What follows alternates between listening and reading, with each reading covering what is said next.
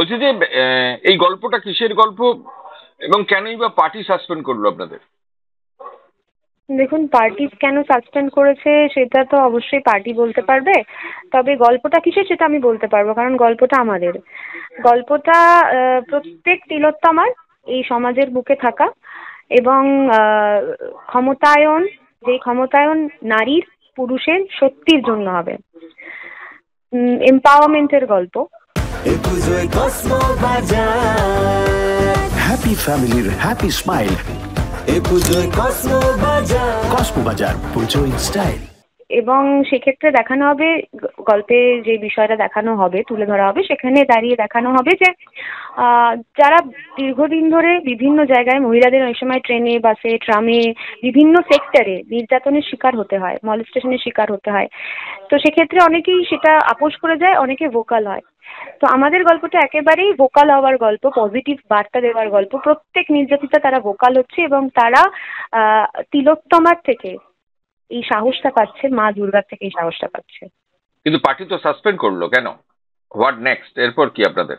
What next সেটা তো অবশ্যই আমাদের যে শর্ট ফিল্মটা আসছে 2 তারিখ, সেটা বলবে, সেটাই উত্তর দেবে যে হোয়াট নেক্সট।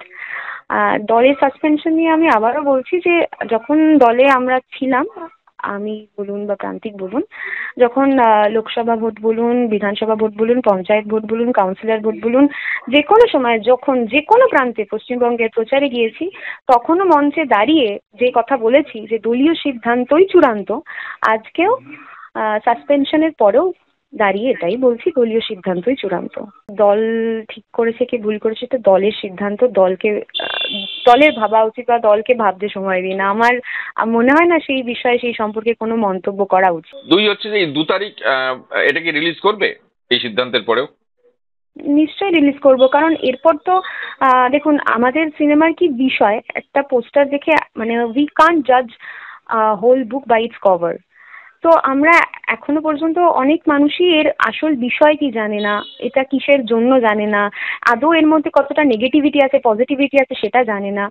তো আমার মনে হয় এরপর তো আরো বেশি করে আমাদের এটা সবার সামনে নিয়ে আসা উচিত এবং সবার জানা উচিত যে আসল বিষয়টা কি এবং এই পুরো শর্ট ফিল্মের মূল ভাবনাটা কি।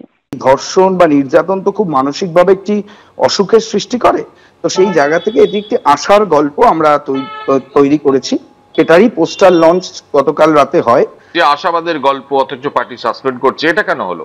এইটা তো যে সাসপেনশন পার্টি করেছে এটা পার্টির সিদ্ধান্ত। এই ব্যাপারে কারোর সিদ্ধান্তে আমি কখনোই কোনো মন্তব্য করতে পারি না। পার্টি যে সিদ্ধান্তটা নিয়েছে সেটা পার্টির ভাবনা, পার্টির চিন্তা, সেটা তাদের উপর। আমি এক্ষেত্রে কোনো মন্তব্য করব না।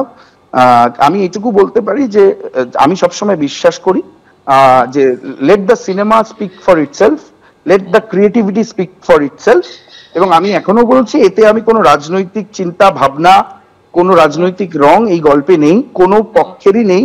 বরঞ্চ এটি একটি আশার আলো, একটি পজিটিভ বার্তা এই ছবির মধ্যে আমরা দেওয়ার চেষ্টা করেছি।